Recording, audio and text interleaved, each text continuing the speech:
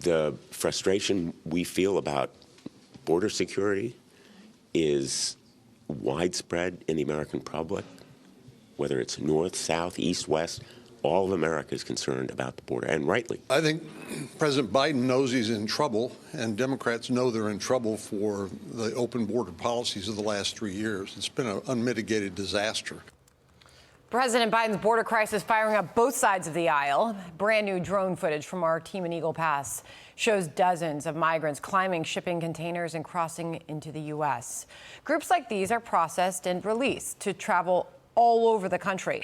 I mean, all the way in Boston, migrants are now camping out on the floors of the airport there. And in Chicago, city officials are stripping neighborhoods and taxpayers of resources to make room for migrants. Let's bring in now Andre Smith. He's a minister and the CEO of Chicago Against Violence. He's also a Democrat and fighting his city and fighting for his city, we should say. Andre, welcome to you and thanks for joining us. All right, thank you so much for allowing your viewers to tune into Chicago, into this crisis that we're facing. Well, we are deeply vested in covering this. Our audience is as well. And when we see, like in New Hampshire last night, the presidential GOP primary, immigration top of the list, concerns for voters in New Hampshire, you realize how this is spread all over the country. Now, you were willing to get arrested for a situation right there in your neighborhood. What happened? They were busing migrants into your neighborhood and dropping them off at a school that was abandoned because you didn't even have enough resources to keep it open for the kids in your town. Tell us about it. Well, in the community that I was born in, which is called Woodlawn, in the city of Chicago, I did get arrested. I heard that they were bringing the migrants in on a bus, CTA bus, that was paid by the taxpayers' money. And on the top of the bus, it said, "My kind of town." So I stood in front of the bus and I refused for the illegal migrants to get into the Wadsworth School, the school in our community that, our kids went to, but now they was told that they cannot go to the schools because of lack of funding, and a lot of schools closed because of lack of funding. And how do you think those children feel now that they're driving past or walking past the schools that they was rejected from, now migrants are living in? Well, how should people feel about that? I mean, you're saying basically that the policies that are being enacted, they're working completely against your communities. The black communities in Chicago are taking the biggest hit. Well, you have to look at it like this. We are a nation of laws. And if we're a nation of laws, every person that enter into our state or into our nation, our county, our country, our city, they have to follow the law. You can't break the law, come in because someone decided to wake up and call a state, a county, or a city sanctuary. Sanctuary city, sanctuary state. There's a law that has to be passed. And that's why we have the issues that we are facing now, massive destructions in cities, facing sanctuary cities that buses are coming through. Andre, this is just some of what we're hearing from residents there about this migrant crisis and what it's doing to your communities. This should not be on the backs of the people here and draining our resources.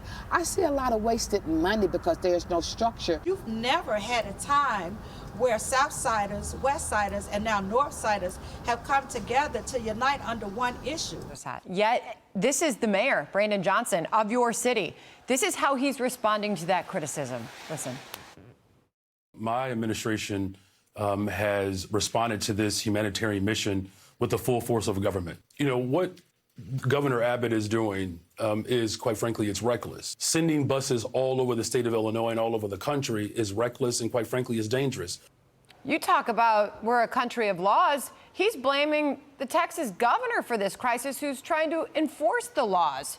Who do you blame for this country, for this crisis? You're a Democrat. Well, I don't live in Texas. I live in Chicago.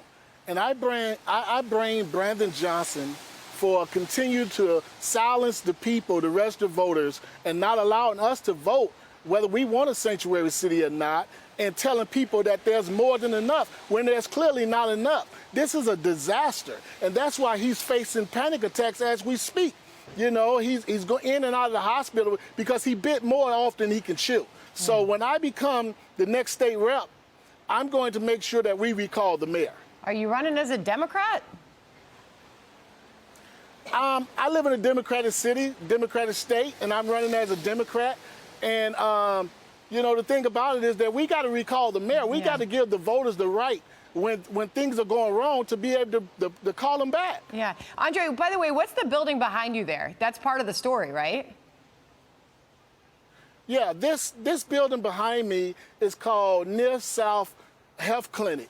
This is a clinic where the unfortunate people that did not have insurance, could not afford, you know, good insurance, they went here. This was a free clinic for this community. The community that I'm in now is called Bronzeville, and it's closed. So the seniors that could not make it over to the Cook County Hospital 4 miles away, they went to this clinic.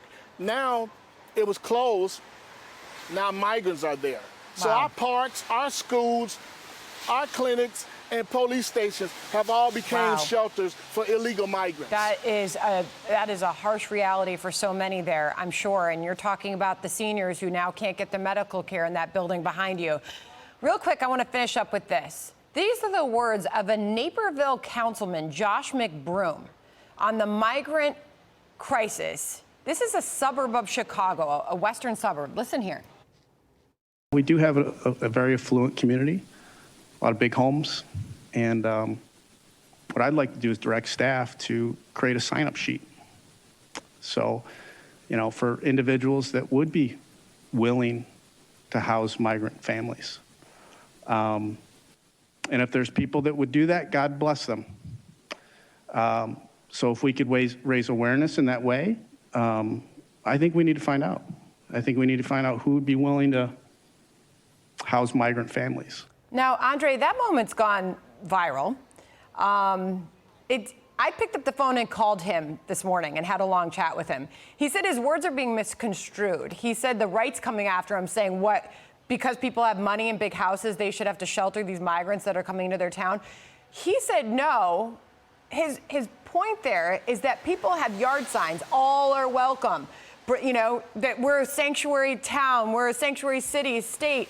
You know, bring the migrants here, the migrants should be able to come. He said, well, okay, let's start a sign up. Sign up and have them come in. You have a big house. Naperville's a very affluent community, big homes, wealthy people. So it was a challenge to Democrats and to those who are putting those signs in their yards. Okay, well, instead of the taxpayers having to shoulder the burden, take them in your home. What did you think of that? Well, I think that is someone that woke up and that had been in the streets of the city of Chicago and seen our homeless under violence and crime is at all-time high. You know, you can't make illegal legal. You know, no matter what you look, no matter how you do it, you can't make illegal legal. They came over here illegal. You know, and as I stated before, we're a nation of laws. You must follow the laws. You can't put the burdens on the taxpayers by, we don't have the funds, we don't have the money. Yeah. And Brandon made this a national disaster. Yeah, and it really, obviously, it had a very big impact on those who heard it directly from you. Your frustration with those schools that have been closed for kids in your community because there was no funding. Yet now they're housing migrants in those very schools that you were willing to be arrested for, and they're paying for them. They're paying for their laundry, their food, and other resources. We appreciate you joining us. We will follow up with you. Thank you, sir. And by the way, I also just want to mention that Naperville councilman, Josh McBroom, he will be joining us live on this program tomorrow. We look forward to that. Hey, Sean Hannity here. Hey, click here to subscribe to Fox News YouTube page and catch our hottest interviews and most compelling analysis. You will not get it anywhere else.